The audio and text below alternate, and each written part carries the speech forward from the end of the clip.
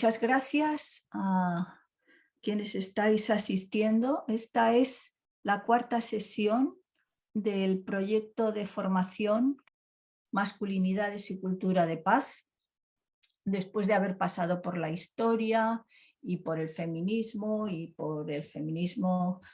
pacifista y también por las voces de Wilf para el siglo XXI.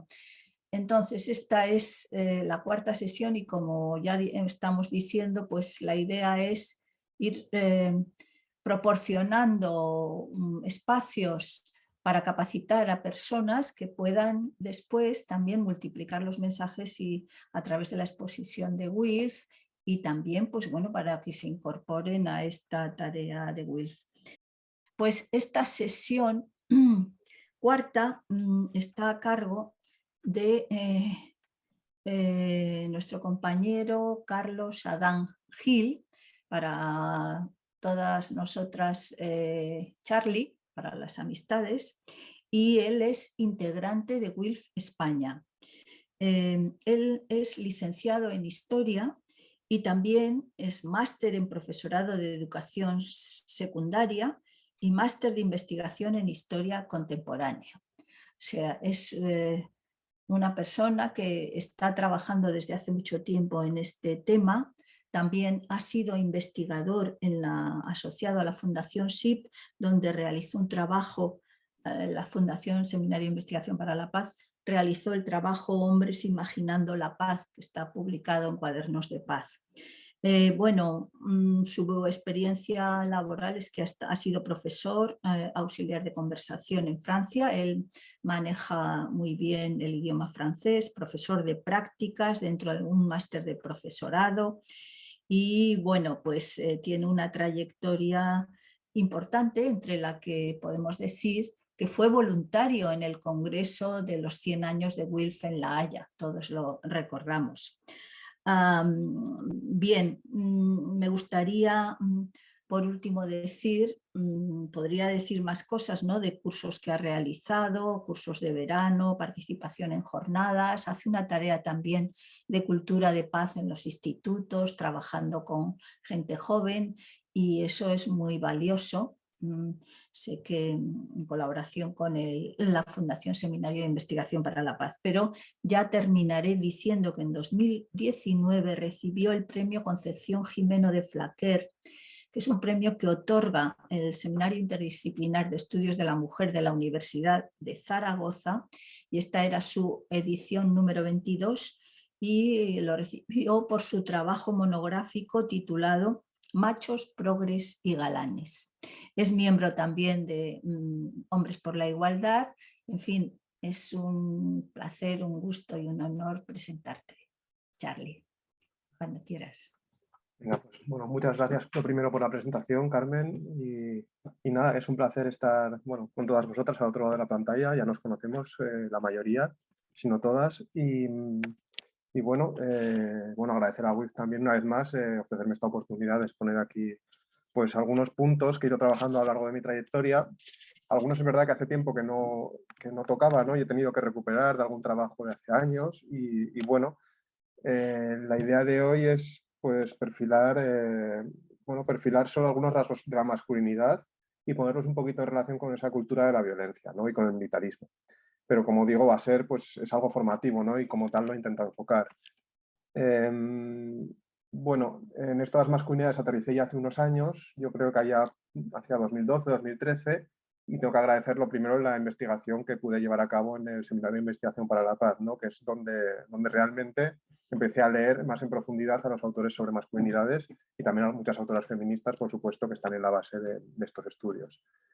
Y a raíz de ahí hice, como ha comentado Carmen, mi trabajo de Hombres Imaginando la Paz, y luego eso ha derivado en otros trabajos de investigación en los que se ha visto plasmado también estas bases, estos cimientos que desarrollé en el SIP. Entonces, bueno, voy a compartir la pantalla un momentito a ver si lo sé hacer bien. A ver, un momento. A ver, perdonen, presentación desde el principio. Vale. ¿La veis la pantalla? Sí, sí, vale, sí. de acuerdo. Bueno, pues entonces primero me gustaría comentaros un poquito qué puntos había pensado para tratar hoy. No sé con qué profundidad se van a poder tratar, yo creo que un poquito por encima porque, claro, son puntos muy amplios que darían para una ponencia per se cada uno de ellos, ¿no? Para ello he recuperado, como he dicho, algunos trabajos anteriores míos y luego también he acudido a alguna obra más de referencia, pues por ejemplo con el tema del militarismo estaba pensando ahora en, por ejemplo, una publicación de Instituto Vasco de la Mujer de 2010, con, por ejemplo, un artículo de Dominique Seylar que me ha gustado mucho y he recuperado algunas cosas de ella. Estoy pensando, bueno, hace poquito también pues leí un libro sobre masculinidades muy pedagógico de Beatriz Ranea, que me gusta mucho cómo sintetiza, pues bueno, he recuperado algunas cositas de ahí. Y luego, como digo, de trabajos míos previos, que pues en sí tiene una bibliografía amplia, entonces no podría aquí tampoco estar comentando, ¿no?, toda ella. Primero, pues me gustaría comentar algunos de mis trabajos previos, muy por encima. Nada, le dedicaré 2 o 3 minutos, sobre todo el de Hombres Imaginando la Paz, rescatando un par de párrafos que me podían gustar más o que quizás vienen a colación con el tema de hoy. Luego hablar un poquito por encima también de los roles y mandatos de la masculinidad, que explica un poquito pues eso, cómo encajamos en esta red de violencias, ¿no?, y por qué las reproducimos. Bueno, esto, como digo, también al final es que van a ser todo temas por encima, porque es que esto, por ejemplo, sí que lo he tratado en un taller que iba solo de esto, ¿no? Entonces, bueno, luego algunas conceptualizaciones de la violencia, de las violencias masculinas.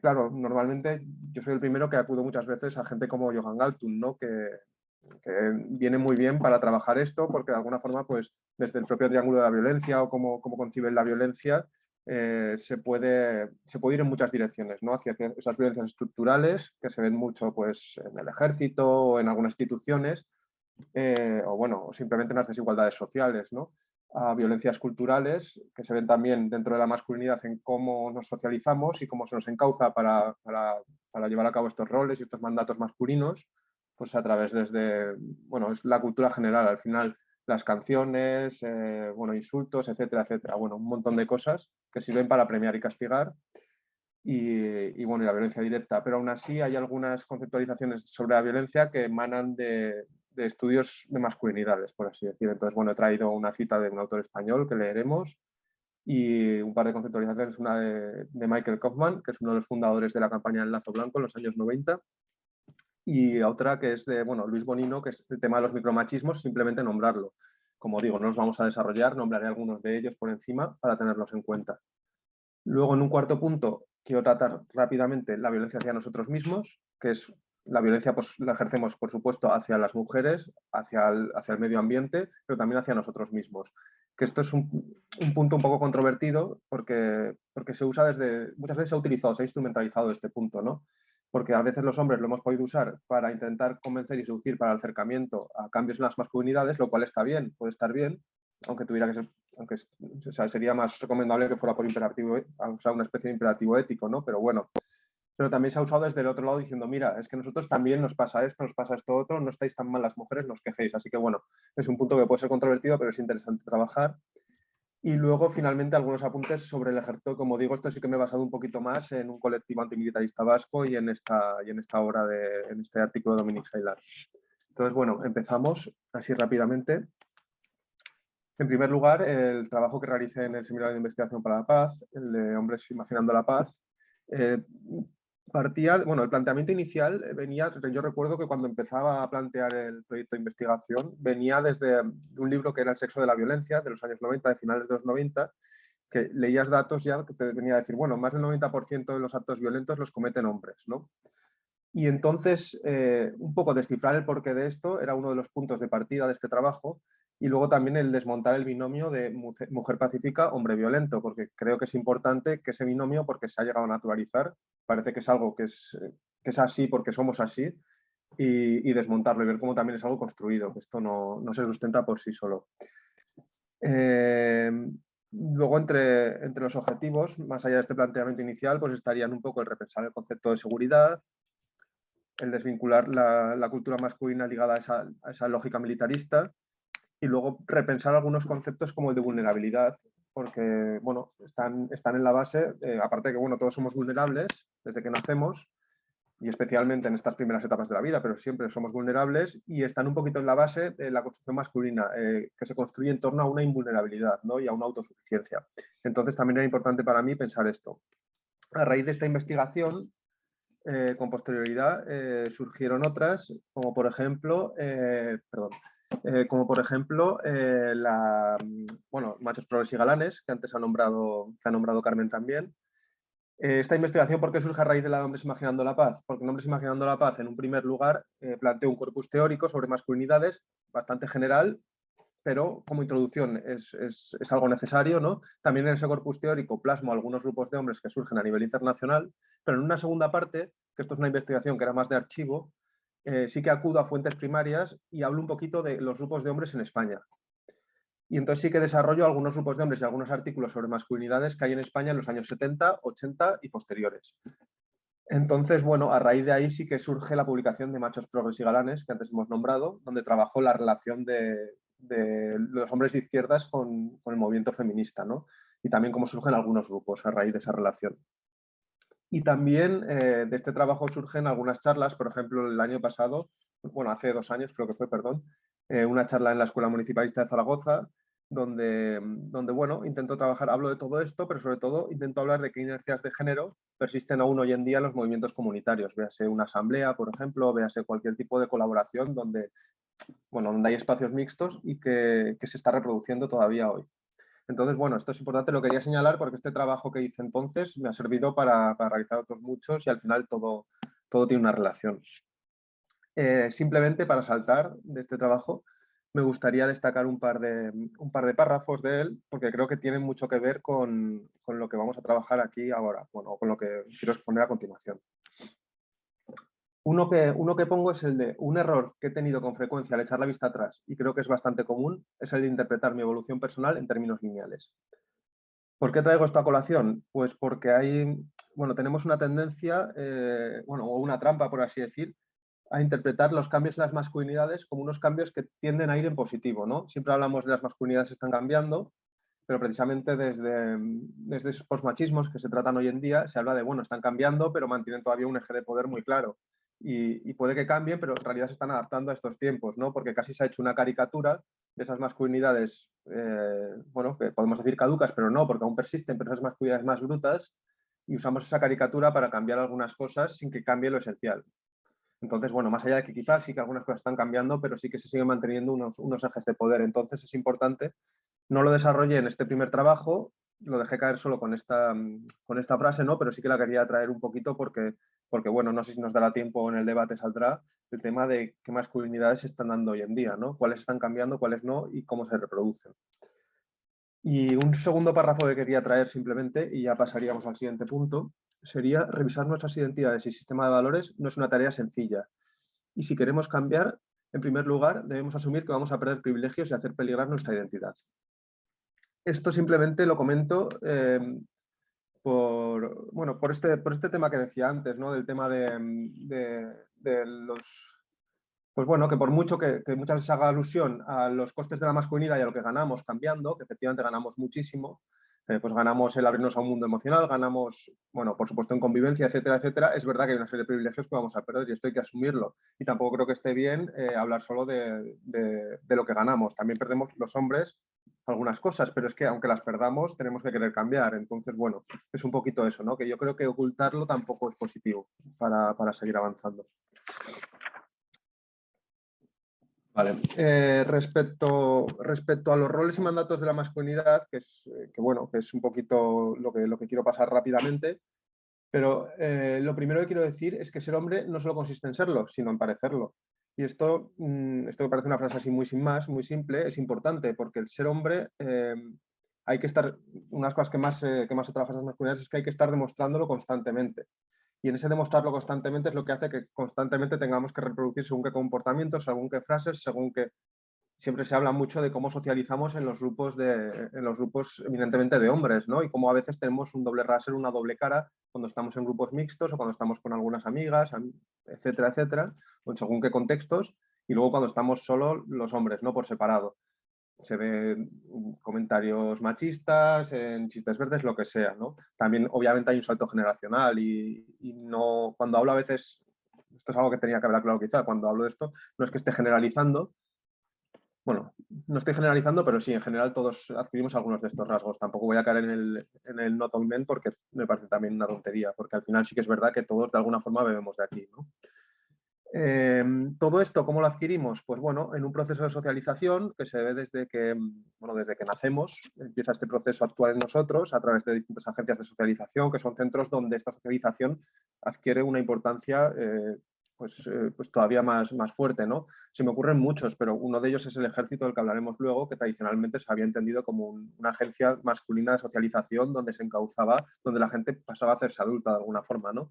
Pero bueno, puede ser casi cualquier grupo de amigos y desde luego también se pueden considerar pues la televisión y los contenidos que transmiten, con el patio del colegio, etcétera, etcétera. Esos son muchos los espacios de socialización, ¿no? Y la propia familia, por supuesto.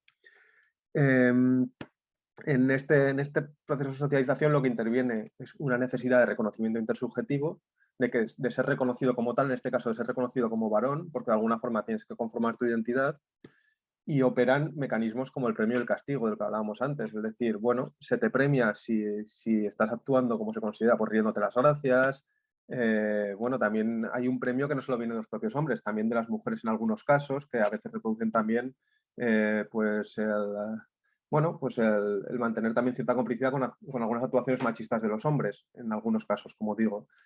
Y el castigo, se te encauza si te sales de ahí. Y esto se ve en masculinidades no normativas constantemente, con insultos como, pues, desde que eres pequeñito, marica, o flojeras, o enclenque, debilucho, etcétera, etcétera. Entonces, de alguna forma se te está ahí encauzando, ¿no?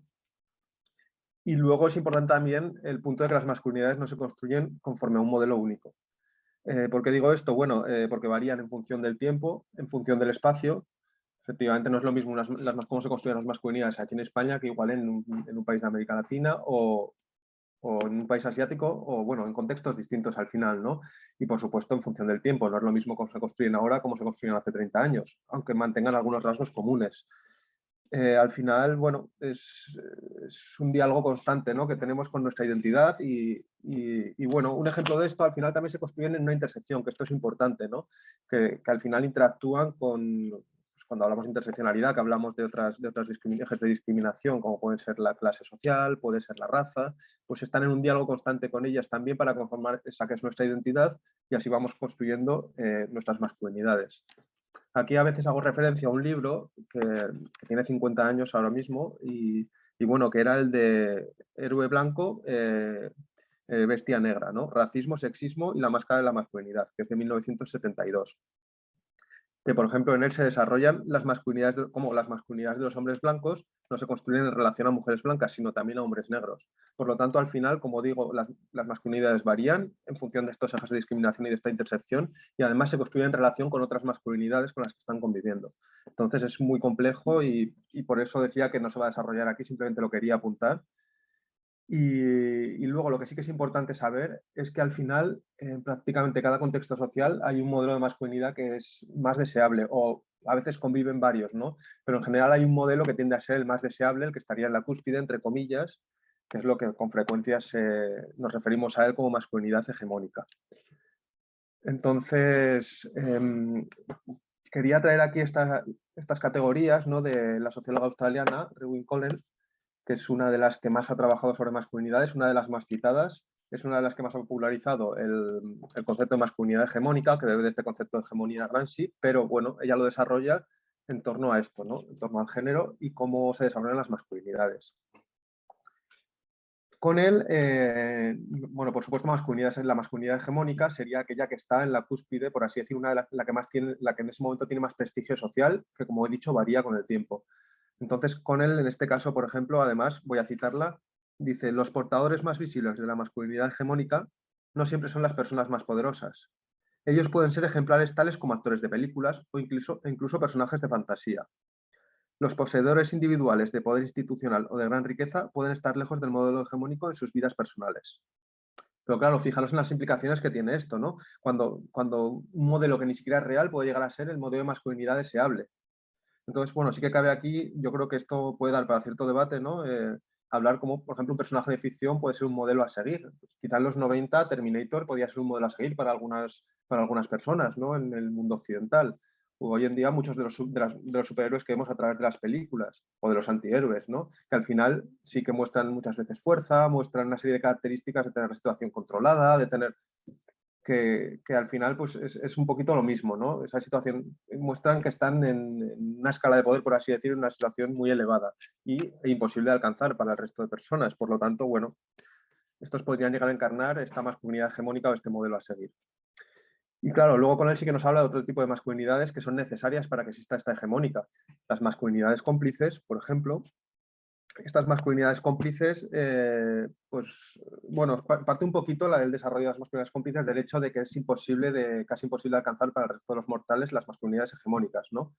Porque, por ejemplo, un ejemplo de masculinidad hegemónica podría ser, que siempre se dice un poco en broma, ¿no? En el mundo occidental, el hombre blanco, heterosexual, de clase media alta, etcétera, etcétera, pero es que si empiezas a sumar, también en una edad determinada, incluso con un récord deportivo cercano, por así decir, o sea, puedes empezar a poner una serie de cosas que dices, es que esto lo cumple muy, muy poca gente, es casi imposible. Pero existen unas masculinidades cómplices, que son cómplices de estas hegemónicas, que alaban a estas hegemónicas y es el ejemplo a seguir. Y bueno, el hecho de ser una masculinidad cómplice les permite también beneficiarse de este dividendo patriarcal del que se habla, pero no están tampoco en primera línea, muchas veces no son atacadas como tal, pasan más desapercibidas. Además es una posición muy cómoda para muchos hombres, ¿no? El no posicionarse, formo parte de esta masculinidad cómplice, me acerco más o menos a este modelo hegemónico, pero puedo pasar desapercibido. Sobre todo en la medida en la que se aleja de las masculinidades más caricaturizadas, por ejemplo, desde el feminismo, etcétera, etcétera. Incluso puedes adquirir algún discurso de igualdad, que hoy en día está bastante, bueno, generalizado en algunos ambientes, en otros no, pero en algunos de ellos sí, y puedes adquirir algunos rasgos de este discurso y pasar desapercibido en gran medida y estar beneficiándote igualmente del dividendo patriarcal. Luego podríamos hablar de masculinidades subordinadas, que dentro de estas masculinidades sí que encontramos, por ejemplo, bueno, desde el mundo LGTB, pues muchos de ellos entrarían dentro de estas masculinidades, que es gente realmente a la que se le está expulsando de la masculinidad, o por lo menos se le está diciendo, estás en la esquina opuesta a la masculinidad hegemónica, ¿no?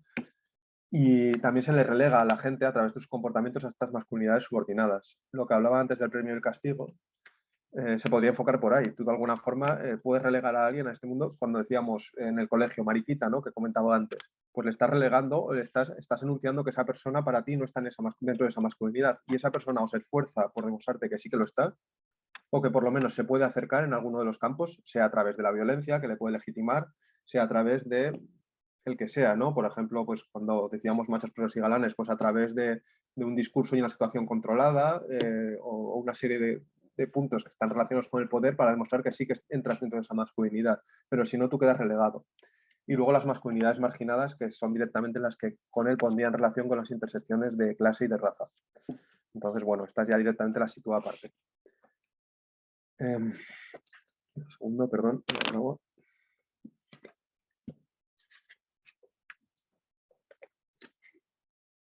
No obstante, respecto a los roles y los mandatos de la masculinidad, he subrayado aquí dos, podríamos hablar de muchos más. El primero sería el distanciamiento respecto a las mujeres. Pues aquí he puesto algunos rasgos de la masculinidad, ¿no? Digo, la masculinidad se construye en torno a la independencia, la fortaleza, la agresividad, la razón, ser dueño de nuestros destinos, la independencia, bueno, un rol activo, etcétera, ¿no? Pues claro, sería un poquito en contraposición a esos roles de la feminidad, de la pasividad, de existir para el otro, la sumisión, que muchas veces se han atribuido. Y bueno, no sé, en nuestro proceso de socialización negamos todo signo de vulnerabilidad, ¿no? Entonces también esto es una parte constitutiva de la masculinidad y claro, esto hace que tampoco desarrollemos algunas capacidades como la empatía, ¿no? Esto también hace que asumamos ciertos riesgos, esto hace que veamos la violencia como un método de resolución de conflictos, por ejemplo. Entonces, al final está todo esto correlacionado y, como veremos luego, en algunas estructuras se puede fomentar. Pero nuestra socialización desde niños tiende a esto y se nos premia cuando, de alguna forma, pues nos desarrollamos en torno a estos valores, ¿no? Y claro, todo esto hace que nos cueste mucho más desarrollar nuestras emociones. Y de hecho, con frecuencia se habla de que los hombres pues, tenemos cierto analfabetismo emocional, pero sí que se dice, bueno, no es verdad, sí que desarrollamos algunas emociones y se hace referencia pues, a la ira, al enfado, etcétera, etcétera. Que se dice, bueno, son válvulas de escape. Luego en la categorización de la violencia de Kaufman se puede ver bien, ¿no? Que hace un batiburrillo de distintas cosas relacionadas con la violencia y una de ellas es el tema de la represión de los sentimientos y bueno, y cómo esto es como una olla a presión, ¿no? Y luego el otro punto importante sería el de la heteronormatividad, ¿no? Aquí pues un poco trayendo a colación lo que leía Beatriz Ranea en torno a, en su libro Desmontar la masculinidad, que creo que es de hace un año, que me gusta bastante, es una síntesis pues, muy buena en torno a estos temas. Habla que muchas veces se tiende a situar la sexualidad de los hombres como una especie de instinto primitivo que se ascribiría al ámbito de lo ontológico, que los cuerpos penetrables son aquellos catalogables como pasivos, donde se englobaría a las mujeres y a los hombres homosexuales, ¿no?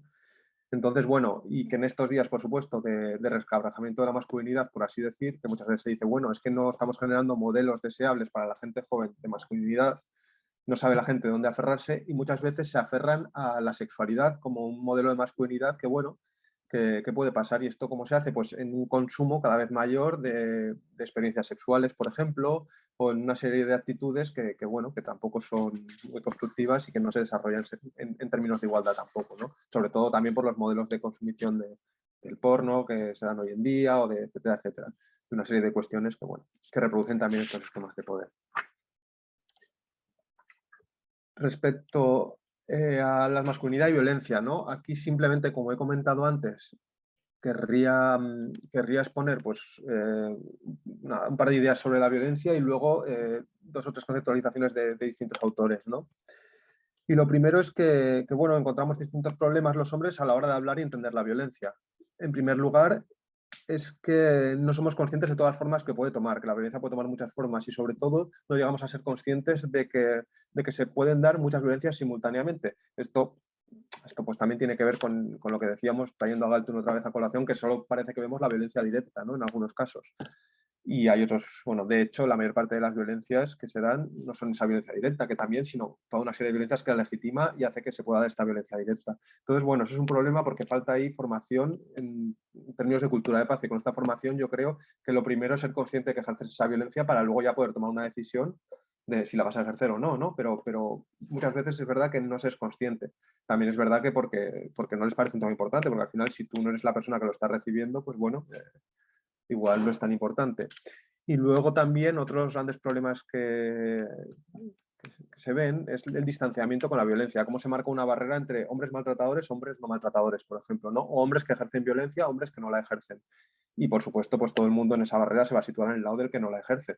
Claro, y hay muchos grises. Entonces, como hay muchos grises y se pasan de largo, o sea, se pasan por alto, pues bueno, la consecuencia es que se siguen reproduciendo muchas violencias de las que se podría huir. Entonces, bueno, más allá de las que se reproduzcan desde las estructuras, por supuesto, que es otro tema a tratar, ¿no? Y que es algo que también es difícil de trabajar. Respecto a las conceptualizaciones sobre la violencia, simplemente he traído ahora una cita de Miguel Lorente Acosta, que es un autor español, que trabaja también masculinidades y bueno, tiene una serie de obras muy buenas en torno a ello y también la recomiendo.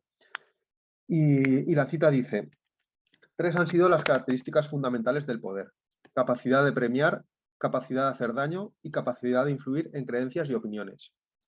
La violencia ha jugado un papel fundamental como parte de esos 3 elementos, tanto como forma de reproducir daño, como utilizada como estrategia basada en el premio y en la influencia.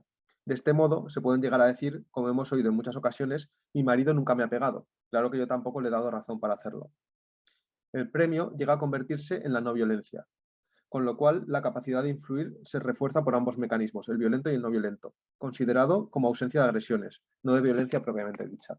Bueno, para que veamos, por ejemplo, esta cita donde se demuestra que él sí que complejiza un poquito más, ¿no?, el concepto de violencia y como habla también pues bueno, de esa violencia que hay también en la no violencia de una persona que tiende a hacerlo, o sea, a través de la amenaza, a través de, esto puede ser desde una mirada, bueno, tiene muchas formas, ¿no?, de expresarse.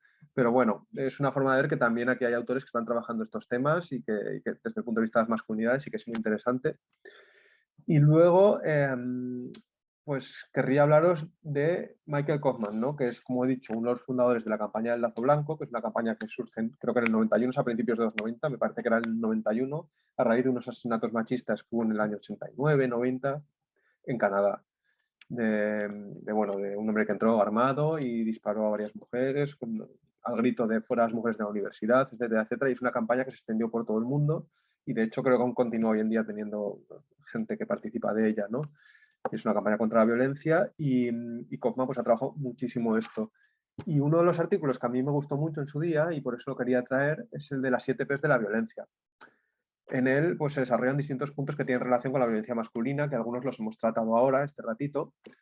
Pero bueno, está bien porque es una síntesis muy chula y para alguien que se quiera aproximar yo creo que es interesante y está escrito creo que a finales de los 90, por lo tanto, bueno, tiene recorrido y aún así sigue muy vigente, ¿no? La primera P sería el poder patriarcal. Bueno, esto en inglés tiene más sentido, ¿no? Lo de las P, pero bueno, sería el poder patriarcal, ¿no? Que habla de la violencia o la amenaza de esta como medio para asegurar el privilegio. Es un poquito lo que veíamos en la cita anterior, como la propia amenaza sirve para asegurar este privilegio y como si, de alguna forma todo esto se ve inmerso en esa triada de la violencia hacia otros hombres, hacia mujeres y hacia uno mismo. Habla de la percepción del derecho a los privilegios, ¿no? Y él es que nos dice que aquí la experiencia consciente no es la clave, que muchas veces hemos naturalizado que tenemos derecho a ciertos privilegios y ejercemos violencia cuando no, de alguna forma se nos niegan estos privilegios, pero que no somos conscientes de que en realidad no tenemos de esos privilegios. Entonces, bueno, desarrolla un poquito esto.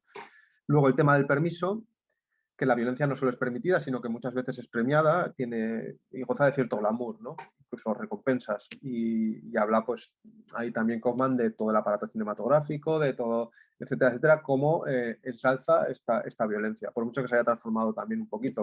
Que igual en su día pues veíamos los western y ahora vemos otro tipo de películas, pero bueno, al final es un poquito esto, ¿no? Habla de la paradoja del poder, de los hombres, que vendría a decir que los hombres, la forma en la que hemos construido nuestra masculinidad, paradójicamente, es también una fuente de sufrimiento para nosotros.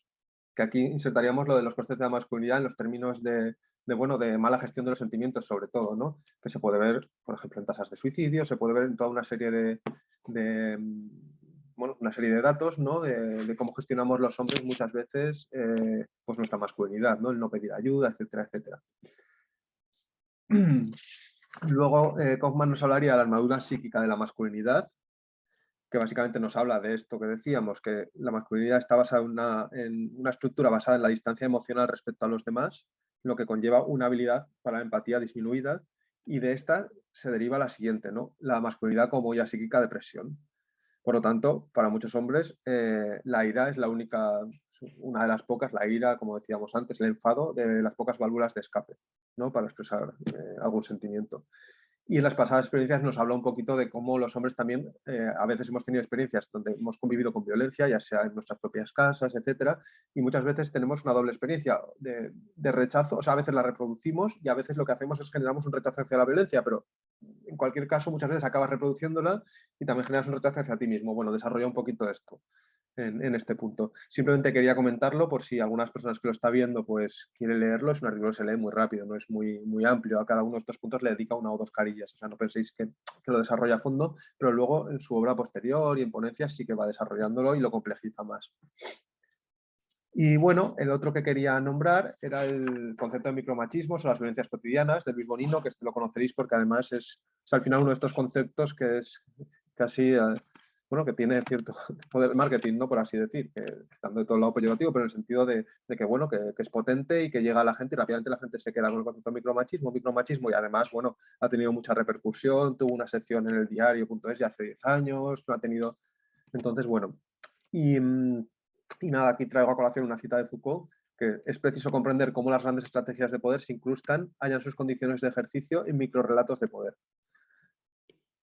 Esto del micro, cuando hablamos de micromachismo, no siempre se dice lo mismo. Dice, no quiere decir que sean unas violencias que sean pequeñas per se, significa que a veces son más difíciles de percibir. Pero muchas veces sus daños son tremendos también, con unos daños psicológicos que desestructuran completamente a la otra persona, ¿no? Y desde luego pues, no le permiten desarrollar sus capacidades humanas, ¿no? Que sería un poco esa definición de violencia, volviendo a Galtung, que nos dice que, bueno, que es cuando impide que una persona pueda desarrollar sus capacidades, ¿no? Con plena libertad. A ver, un segundo. Luis Bonino, como pongo ahí, hay distintas, por así decir, clasificaciones que hace de los micromachismos. Estarían coercitivos, encubiertos y en crisis. También cabe decir que esta es una de las manifestaciones más frecuentes de la violencia, ¿vale? De la violencia machista a través de distintos micromachismos. He apuntado aquí en un folio algunos de ellos, simplemente para nombrarlos rápidamente. Por ejemplo, entre los coercitivos, pues él nos nombraba algunos como la intimidación, la apelación al argumento lógico, que esto es muy importante, ¿no? Porque bueno, los varones al final tienen un aliado poderoso que les valida, que es el orden social, que que el varón, por serlo, pues de alguna forma parece que tiene ese monopolio de la razón, ¿no? Y muchas veces se ejemplifican en expresiones que se usan mucho, como la de exageras, estás loca, etc. La insistencia abusiva, el control del dinero podría ser uno de estos coercitivos, etcétera. Bueno, hay muchos más, ¿no? Uso expansivo de espacio físico, etcétera, etcétera.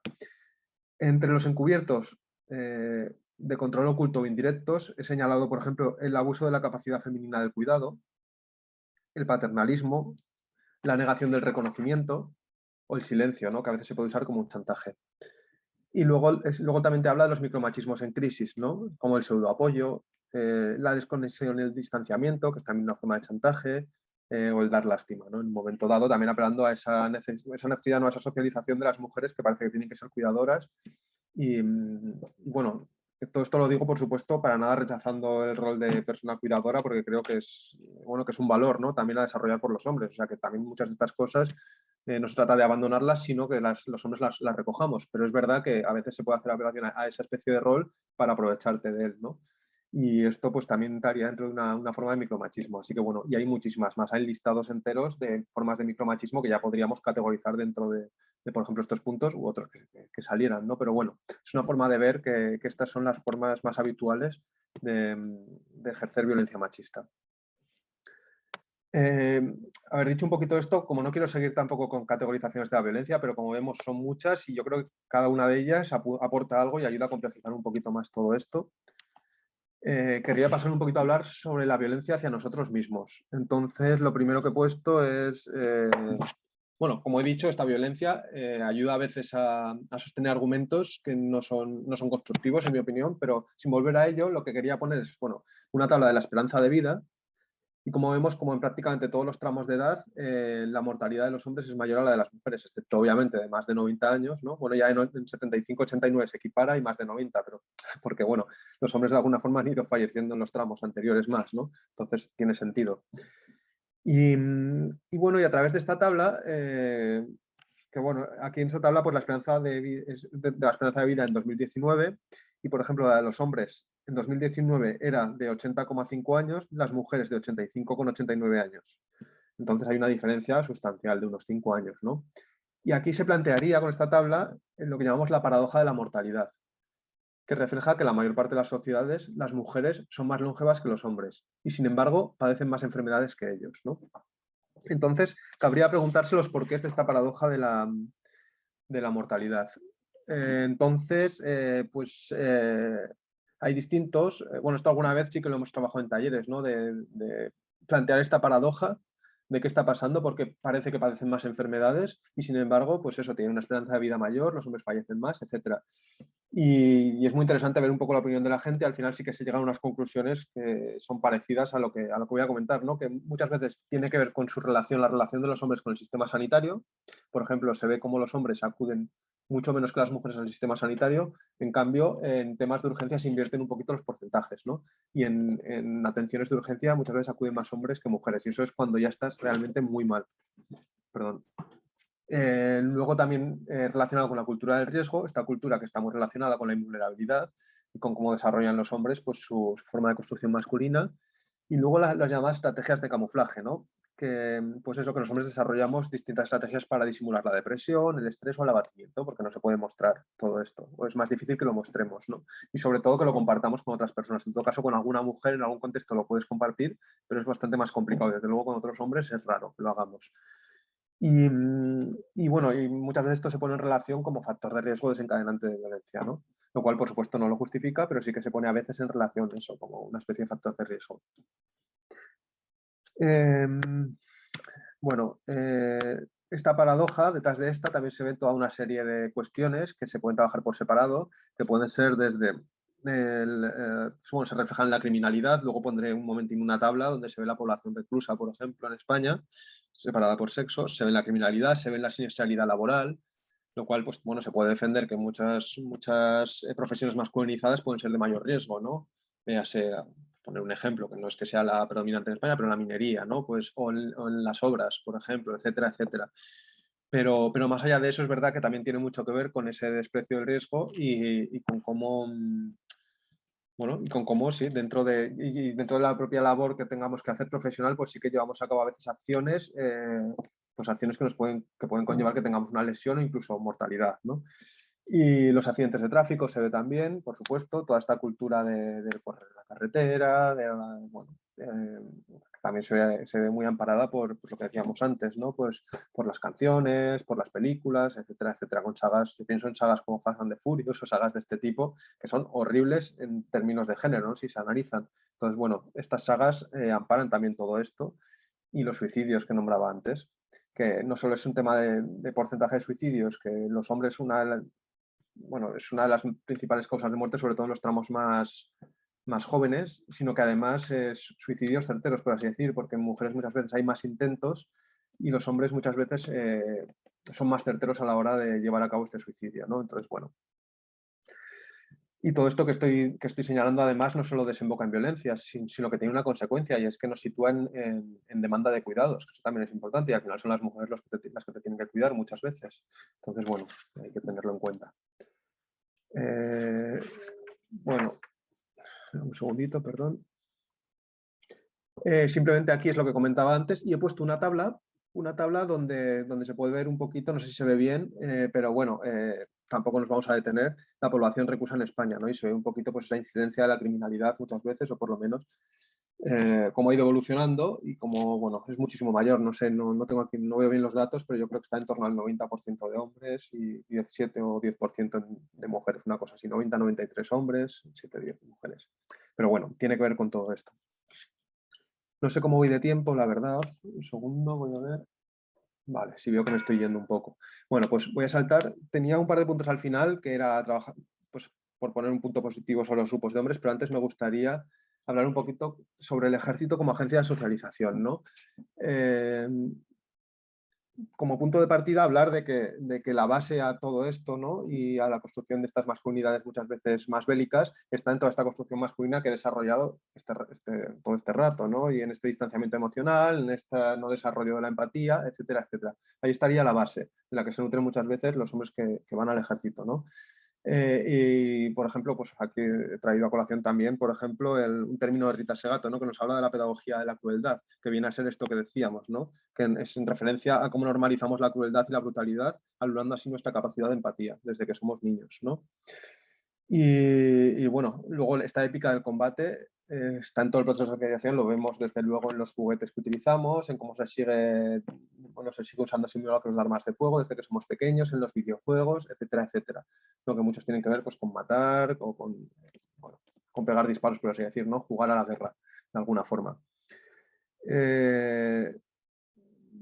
Bueno, y también, como decía antes, que este marco se sigue desarrollando en la transformación del viejo héroe de guerra a estos nuevos superhéroes, ¿no? Que vemos que están tan de moda ahora a través de Marvel, DC, etcétera, etcétera, etcétera. Aquí, volviendo a Connell nos habla del ejército, ¿no? Y nos dice cómo además hay que complejizar esto y ver cómo no es una sola masculinidad la que llega ahí, sino que en el propio ejército se demandan distintas formas de masculinidad. Connell nos diría, la relación entre masculinidad y violencia es más compleja de lo que pueda parecer a primera vista. La violencia institucionalizada, por ejemplo, la ejercida por los ejércitos, requiere más de un tipo de masculinidad. La práctica de las relaciones de género por parte de un general es diferente a la de un soldado de infantería, y los ejércitos lo hacen explícito al entrenar a los dos de forma separada.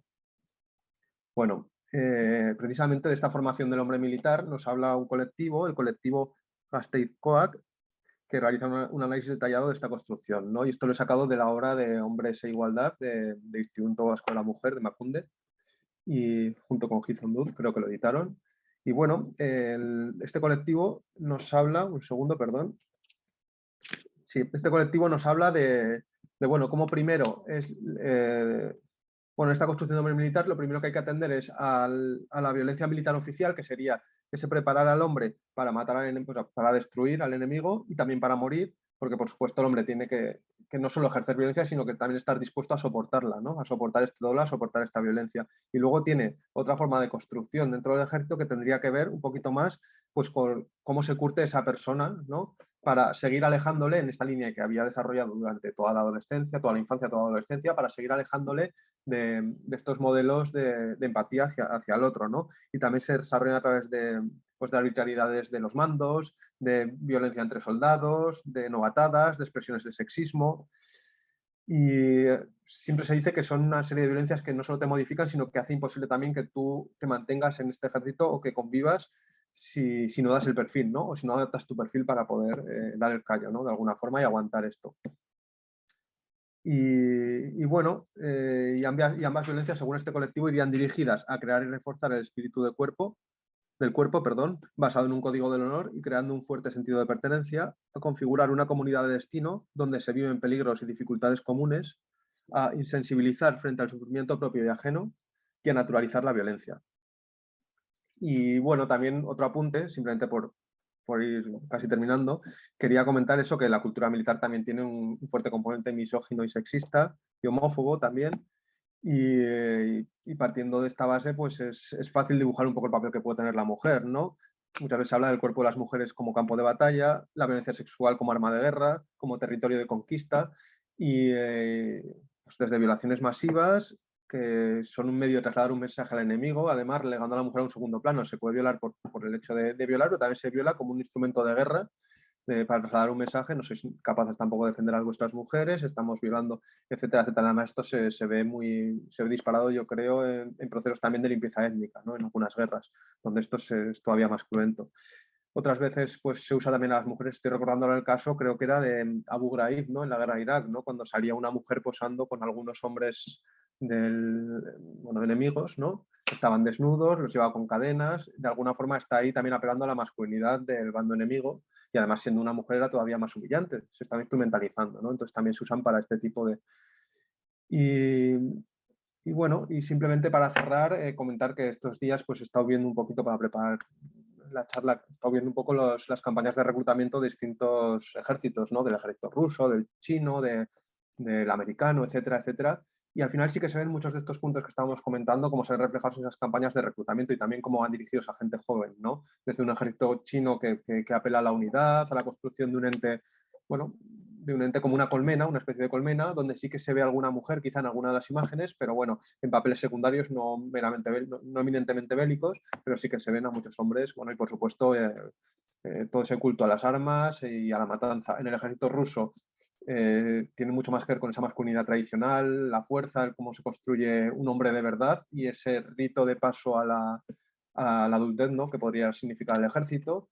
Y bueno, y en el ejército americano es verdad que sí que, por ejemplo, intentan apelar de alguna forma más a las mujeres y a algunos colectivos, quizás, no sé si más en un intento de lavado de cara del propio ejército, o no sé muy bien a qué estaría dirigido, o quizás no están buscando ahí un reclutamiento de bases, sino que necesitan otra serie de cuerpos intermedios, no lo sé. Pero bueno, es interesante también acudir a esto para ver cómo apelan a la gente, ¿no? Para que se alista este ejército. Y bueno, dejo quizá para el debate o para otra charla hablar un poquito de los cambios en las expresiones de la masculinidad, ¿no? Que es lo que sí que trabajo quizá más recientemente, ¿no? Cómo van cambiando las masculinidades hoy en día. Y también si se podría hablar sobre los grupos de hombres y cómo se han desarrollado, qué papel tienen hoy en día, etcétera, etcétera. Y ya con esto, pues agradeceros este ratito. Espero que se me haya entendido más o menos bien. Y nada, y espero preguntas o aportaciones o lo que sea. Si son aportaciones, pues mejor. Bueno, pues muchísimas gracias, Charlie, por tu exposición tan rica. Habría muchísimo que comentar.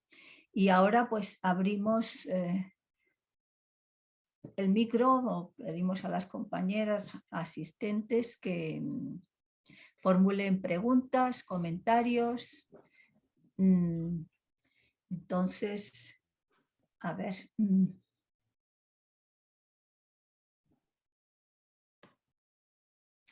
Sandra Fuentes ha puesto una pregunta en el chat. ¿Puedes hacérsela en directo, Sandra?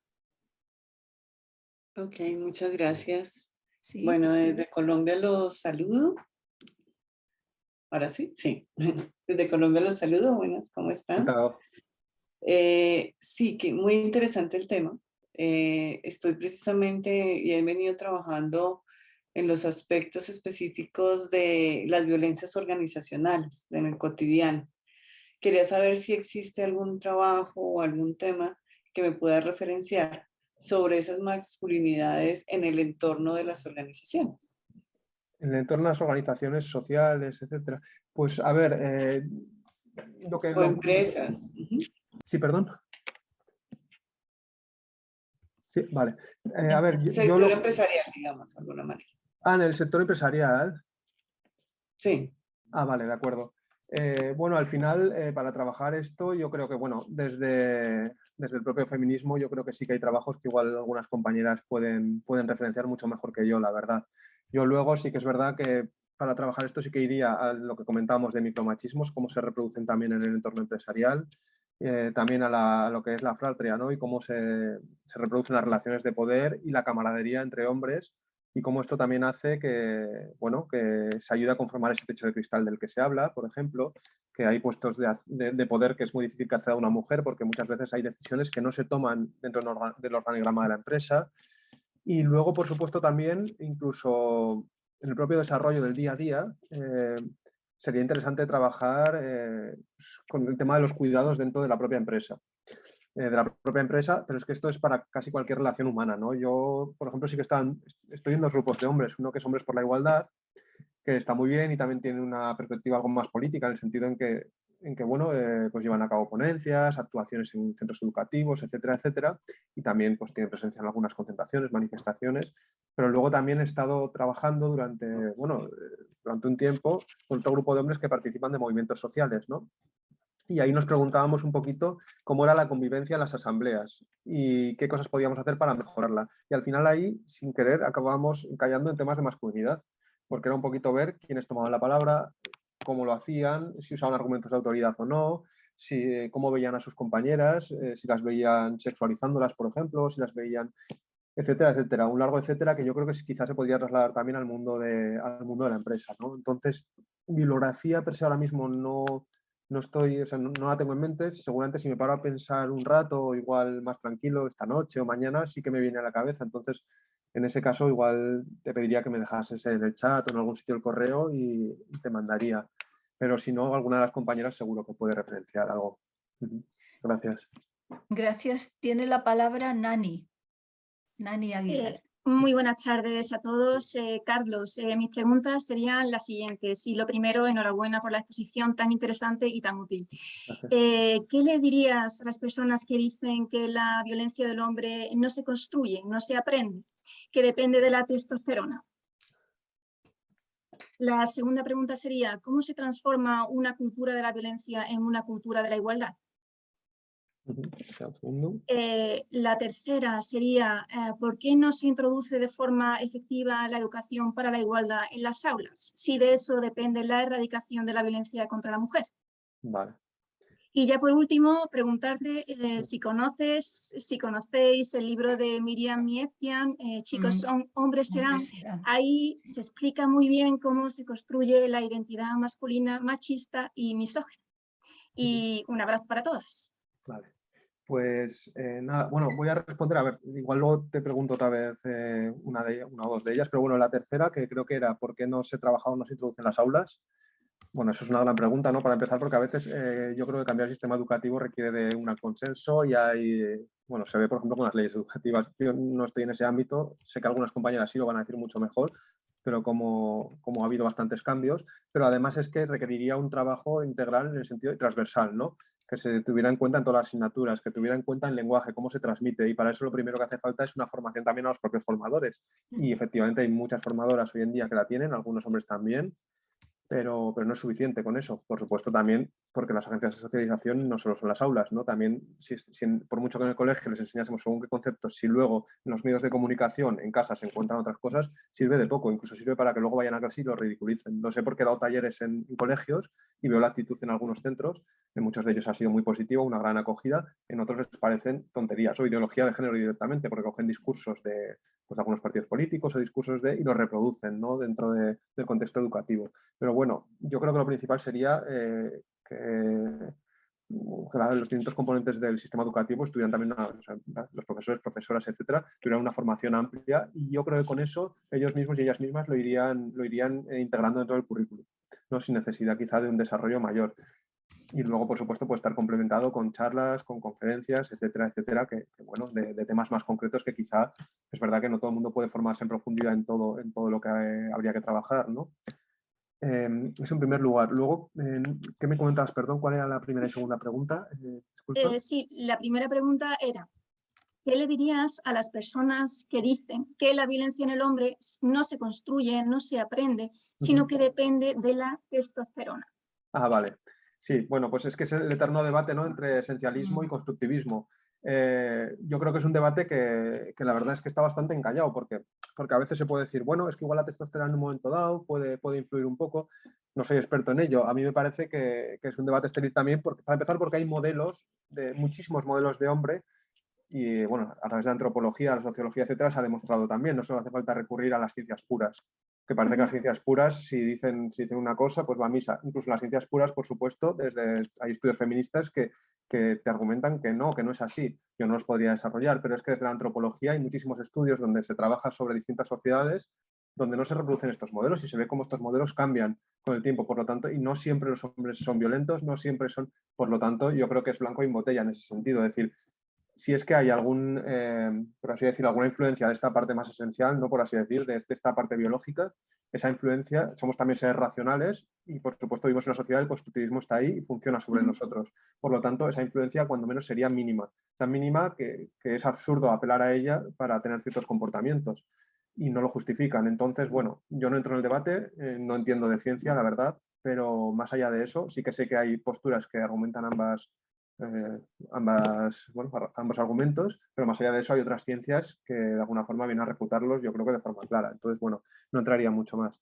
Y, joder, lo siento que estoy un poquito disperso. Sí. La segunda sí era. Sí, la siguiente, por supuesto, te lo comento la vez que haga falta. ¿Cómo se transforma una cultura de la violencia en la que vivimos en una cultura de la igualdad a la que aspiramos?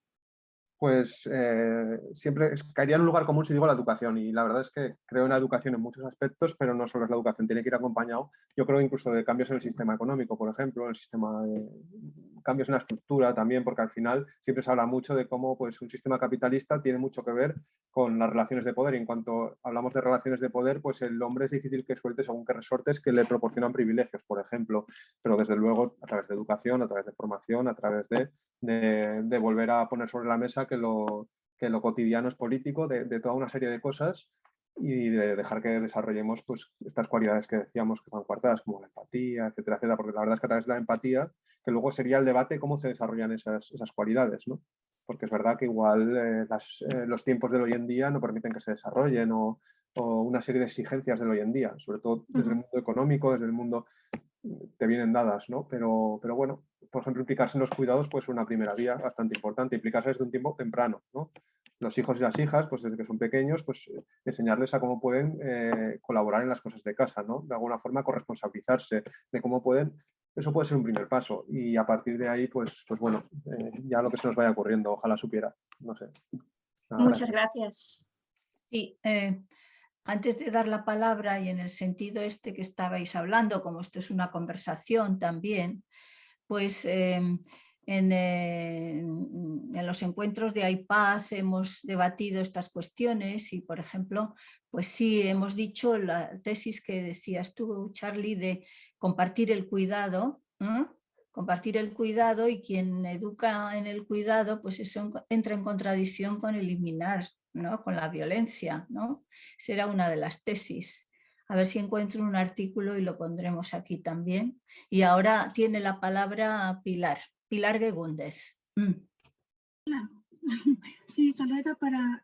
ahora que has dicho esto, yo recuerdo que cuando en el congreso este de WIF, de los 100 años, hubo un foro del tema de la nueva masculinidad y esto, hablaban de eso, cuando se cuidaba, cuando el hombre se incorporaba a los cuidados del bebé desde pequeño, por ejemplo, ¿no? Que lo ponían, les hacía mucho más sensibles el resto ya de su vida en todos los otros campos. Y, bueno, no, yo era para contestar a la compañera de Colombia, no recuerdo el nombre, perdona, que ayer precisamente en el ámbito de empresas, en mi empresa está metida en un foro que se llama PWN, en el que tratan de hacer muchos temas de benchmark entre mujeres y mujeres haciendo temas de mentoring y tal. Y entonces había un grupo que os he copiado aquí, un grupo que se llama Yo Soy Woman, y que están hablando precisamente de estos temas, intentando tratar el tema de las otras masculinidades y de cómo transformar el modelo que hay en la sociedad. Bueno, no sé, no los conozco de nada porque fue ayer, pero era solo por compartirlo, porque estos están en un foro de empresas. Bueno, esto es un foro empresarial, si entráis, pues lo veis. Pues muy interesante. No sé si quieres decir o voy dando palabras porque hay más. Guillermina, por favor. Guillermina Díaz, desde Toluca. Sí, gracias, muy amable. Ya entiendo que no se ha introducido aún en el sistema educativo la cuestión de la cultura de la igualdad y las nuevas masculinidades igualitarias o positivas, porque bueno, hay muchas otras, pero ¿podrían compartirme si están impartiendo algún tipo de talleres en los diversos niveles educativos en torno a las nuevas masculinidades afirmativas o positivas? Y por último, bueno, agradecer mucho la plática, ha sido sin duda muy rica. Agradecerles estas 4 sesiones y compartirles que junto con Elvia González Dorantes y otro grupo de compañeras ya estamos viendo la posibilidad de abrir el capítulo México. Y ya espero pronto entrar con ustedes en comunicación. Con ello, Elvia es la encargada de ello y seguramente entrará en contacto con ustedes. Muchas gracias a todas. Y gracias Muchas a Carlos. gracias, sí. Gracias. Elvia González del Pliego, sí, es amiga, sí. Muy bien. Bueno, Charlie, tienes la... No, bueno, muchas gracias, Elvia. A ver, respecto a si están dando talleres o formaciones, sí que me consta que se dan algunos talleres, pero suele ser algo aislado. Muchas veces es pues el equipo de igualdad del centro educativo o es bueno, alguna persona muy concreta que te llama para que des alguna charla, a veces en horario de tutoría, a veces y es gente con muy buena voluntad que obviamente va al instituto, va al centro educativo, da estas charlas, muchas veces pasa una vez al año por ese centro educativo, por lo tanto, y pasa por una serie de aulas que es por las que, bueno, en las que le dejan un espacio, ¿no? Y estas charlas, pues por ejemplo, yo por ejemplo sí que he participado en algunas, donde trabajamos un módulo sobre masculinidad, otro módulo sobre corresponsabilidad, otro sobre lenguaje inclusivo. O sea, hay distintos módulos y ya pues la orientadora del centro o el tutor al tutor que le interesa o la tutora que le interesa te llama y te dice, oye, pues me gustaría que hablaseis de esto, ¿no? Porque hemos detectado lo que sea, pues comportamientos machistas en esta aula, por ejemplo, y nos gustaría que se trabajase. Pero como digo, es algo muy puntual y me parece que depende más de la voluntad de algunas profesoras y algunos profesores que llaman a algunas asociaciones que deciden hacerlo. O sea, yo creo que no está integrado. Aún así, como digo, que me corrija alguna compañera, por favor, porque yo sé que hay varias compañeras que están conectadas, bueno, han dedicado su vida también a la educación y lo van a saber mucho mejor que yo. No, es lo que dices, Charlie, es que no está integrado, se puede introducir como actividades formativas, pero tiene que ser dependiendo de alguna sensibilidad del profesorado y así. Y bueno, vosotros estáis haciendo esa labor, ¿no? Sandra y tú, pues estáis haciendo ese trabajo. ¿Quién quiere? A ver. Sí.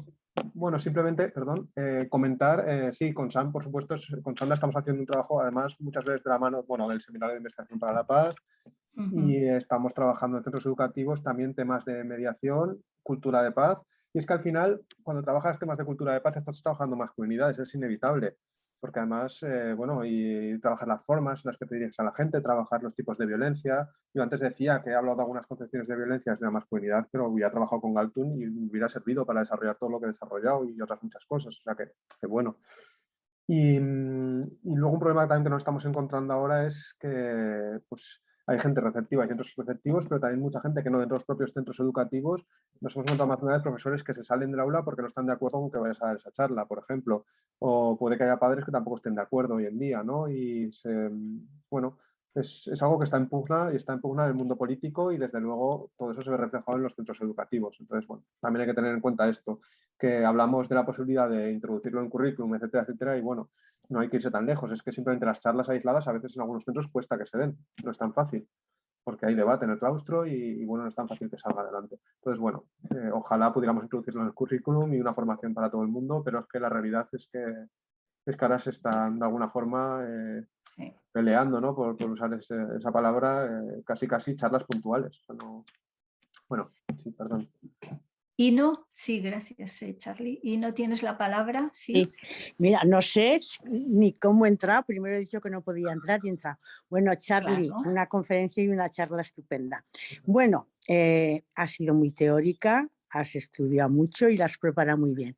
Pero a mí ahora me gustaría que tú, si te apetece y quieres, puesto que estás en una edad, o sea, interesante de gente joven, o sea, que estáis entrando en el mundo de la educación, que puede ser en las aulas o bien que puede ser ya como padres y tal. ¿Cómo ves tú, de hecho, o sea, ya aparte de esta teoría, tú crees que entre tus amigos, tus compañeros, está calando este tema y adviertes formas de una masculinidad, o sea, menos violenta, o sea, con un sentido más igualitario, con un lenguaje, o sea, es decir, si tú percibes elementos pequeños, concretos, que digas, bueno, pues mi generación es más, no sé si me he ido, ¿eh? No, se oye. Mi generación está avanzando en el hecho de la igualdad y de entrar en una masculinidad diferente, por ejemplo, a la de generaciones anteriores. Nada. O sea, un ejemplo experiencial más que la teoría ha estado estupenda. No sé si te comprometo mucho o qué. Un abrazo, Charlie. No, gracias. No me comprometes. A ver, al final es dar mi opinión, ¿no? Yo pues, hablo de mi opinión y cada persona lo habrá percibido de una forma. Yo la verdad es que obviamente siempre, muchas veces nos construimos en un rechazo a la generación anterior, que es algo que ya habremos visto, y luego nos damos cuenta con los años que nos parecemos más de lo que pensábamos, ¿no? No sé si con esto estoy respondiendo. Muchas veces rechazamos algunos modelos de nuestros padres, nuestros abuelos, obviamente pues el modelo que podía haber en el franquismo, y no lo justifica el franquismo, porque seguramente cruzábamos los Pirineos en Francia y era un modelo muy parecido. O sea que muchas veces se tiende a decir es que era el franquismo o el modelo que había en la época de nuestros padres, pues quizá nos parece una caricatura y no la reproducimos per se. Pero yo antes comentaba lo de masculinidades que se adaptan, incluyendo la mía. O sea, al final cada persona nos adaptamos y de alguna forma en este adaptarse puede que sí que tengas en cuenta, voy a intentar no ser violento, voy a intentar ser más respetuoso, puede que lo consigas, puede que no. No sé responder. Entre mis amigos yo creo que hay un poco de todo y desde luego lo que sí que hay es un poquito más conocimiento a través del movimiento feminista, etcétera, de los discursos. Y esto también lo veo en las aulas. Muchas veces llegas y se lo saben perfectamente y saben lo que te tienen que decir. ¿Esto qué quiere decir? Que la gente también juega con eso. La gente juega con eso. O sea, un amigo mío probablemente, según delante de qué personas, no va a decir según qué burradas, ¿no? Incluso delante de mí, si sabe que me pueden molestar, o delante. Entonces, bueno, y se saben los discursos. Por lo tanto, a veces es difícil calibrar qué está cambiando de verdad y qué no está cambiando. A mí me cuesta muchísimo, entonces no podría responder. Desde luego, ese modelo que nos parece caduco de nuestros abuelos, ¿no? De las esferas separadas completamente, etcétera, etcétera, es que ha caído un poco por su propio peso, por los tiempos también, ¿no? Con la incorporación de la mujer al mercado laboral, con el movimiento feminista que ha conseguido muchísimos logros, etcétera, etcétera. Por lo tanto, han cambiado cosas. Creo que sí que se ha evolucionado para bien en muchas cosas, pero bueno, muchos de los principales ejes de poder creo que los seguimos, si no manteniendo, intentando mantener en la medida en que es nuestra forma de afirmarnos como hombres. Y si no los mantenemos, pues puede ser a costa de, pues eso, según que algunos problemas mentales, de cierta desorientación que puede hacer que caigamos también en algunas elecciones políticas o en algunas elecciones que quizás no son las que nos gustaría a algunas de las personas que estamos aquí, etcétera, etcétera. No lo sé, no sé responder. Pero bueno, lo que está claro es que cambiar sí que están cambiando y que sí que ahora mismo conviven muchos modelos de masculinidad distintos. Y conviven, y seguramente tampoco es el mismo modelo el mío que el de una persona en el ámbito rural, que el de una persona racializada, que el de... Entonces, bueno, me cuesta mucho hacer una valoración, la verdad. ¿No? Gracias, Charlie. A mí, sí, me gustaría preguntarte, ¿no? Tú has hablado de que las masculinidades se refuerzan con premios y castigos, entonces me gustaría que comentaras cómo las mujeres podemos premiar o castigar y que hagas referencia a las mujeres de tu generación, un poco siguiendo con la línea de Hino, ¿no? ¿Crees que seguimos premiando masculinidades tóxicas? ¿O no? Es que hay de todo, ahí ¿no? me pones más en un aprieto porque es hablar de casi de vosotros. Yo no soy quien para juzgar tampoco como... No, Quiero pero decir, pues sí que veo que hay masculinidades tóxicas que tienen éxito social y este éxito social es por parte de otros hombres y por parte de mujeres. Sí, es eso, sí. Y muchas veces el modelo del malote pues puede que haya personas a las que les resulte atractivo, ¿no? En términos incluso de buscar una pareja sentimental en un momento dado, en términos... Pero bueno, sí, yo creo que muchas veces se reproduce también eso, ese modelo de intentar salvar al malote, que el malote cambie, cambiará por mí, etcétera. Pero eso tiene más que ver con el amor romántico, cómo lo hemos desarrollado, y ese amor romántico hace que se privilegien a veces algunos rasgos de la masculinidad más tradicional. Y eso también hace que mucha gente no abandone. De hecho, no sé quién me contaba, José María Galdó, ¿no? Que de Hombres por la Igualdad, hablaba con él un día y me decía, es que un día en el instituto se me acercó un chaval y me decía, sí, todo esto que dices que está muy bien, que estoy de acuerdo, pero es que si yo actúo como tú me dices, sensible tal, no me voy a comer una rosca, no sé con qué palabras lo diría, pero decir, es que no voy a ligar hasta, es que vamos, soltero, ya, celibato. Es una forma de decir que, bueno, que sí, que los chavales también, eso hace que quizá para algunos chavales no se quieran comportar así y abandonar esos modelos, porque es que además en ese castigar, ¿no? A nivel social, también las mujeres que no se me van a acercar porque voy a ser el pringadillo, pues puede ser, pero vamos, que yo no soy quien para juzgar eso y tampoco... No es juzgar, pero comentar, sí, que yo lo he hablado con las alumnas muchas veces, cómo en nuestras manos está elegir a un tipo de hombres u otros, ¿no? Si elegimos a los malotes, que dices tú, que me gusta esa expresión, pues estamos reproduciendo, ¿no? O sea, tenemos que buscar la complicidad con las chicas jóvenes, ¿no? Con las chicas que están en edad de ligar más, ¿no? Bueno, claro. Chicas de todo tipo, chicas, chicos, pero quiero decir la responsabilidad compartida, ¿no? Claro. Que tenemos, no somos inocentes. Sí. Lo que pasa es que cuesta al final ver también cuáles son los modelos, cuál es el modelo del malote exactamente, ¿no? Porque yo he visto gente que el hombre que transmite una gran independencia, por ejemplo, o el mito este en Estados Unidos está muy desarrollado, he leído trabajos sobre esto, el mito del hombre que es capaz de la supervivencia, por ejemplo, la supervivencia en la montaña, pues se ve mucho en ámbitos incluso de izquierdas, mucha afición hacia la montaña, por ejemplo, o mucha afición hacia algunas cosas estas, pero luego a raíz, una vez que tienes eso, también construyes tu masculinidad en torno a eso, es decir, yo soy capaz de sobrevivir, de valerme por mí mismo en el monte y en tal.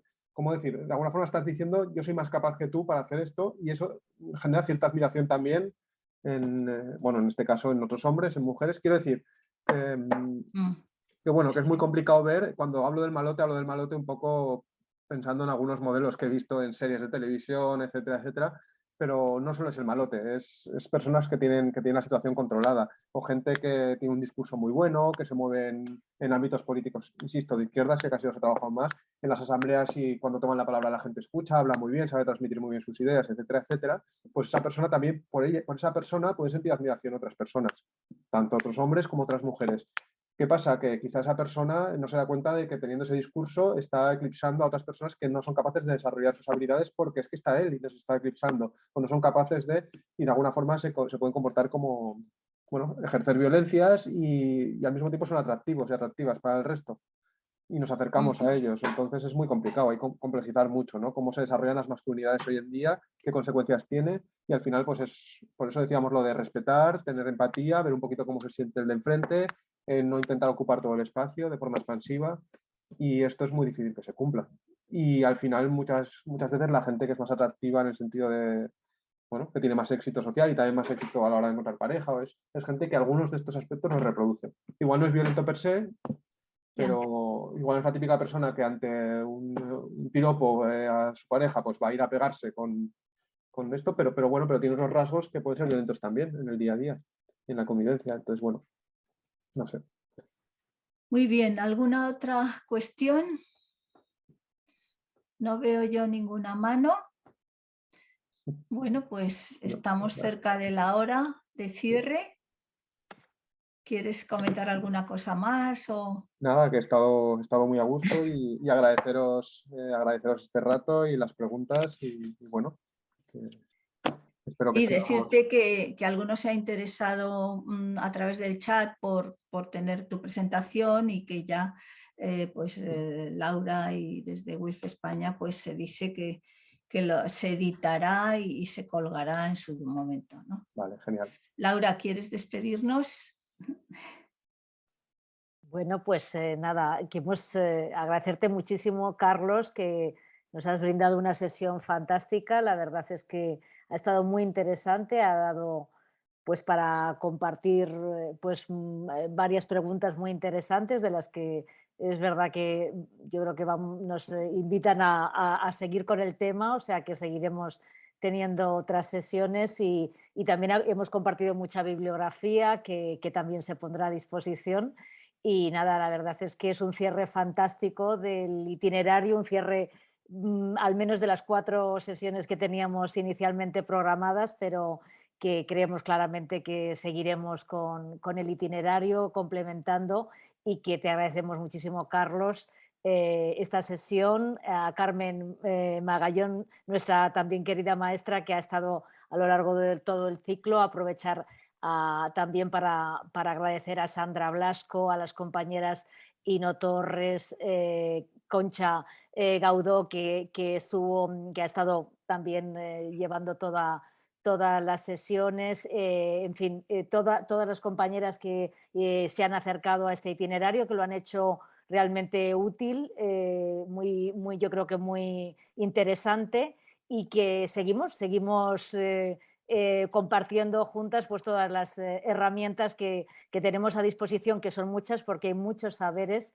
compartidos en este colectivo, en este grupo que somos las Wilferas y que nada, seguimos viéndonos en próximas fechas. Bueno, seguimos. Gracias a todos. Gracias. Oye, hasta luego. Adiós. Adiós. Hasta pronto. No.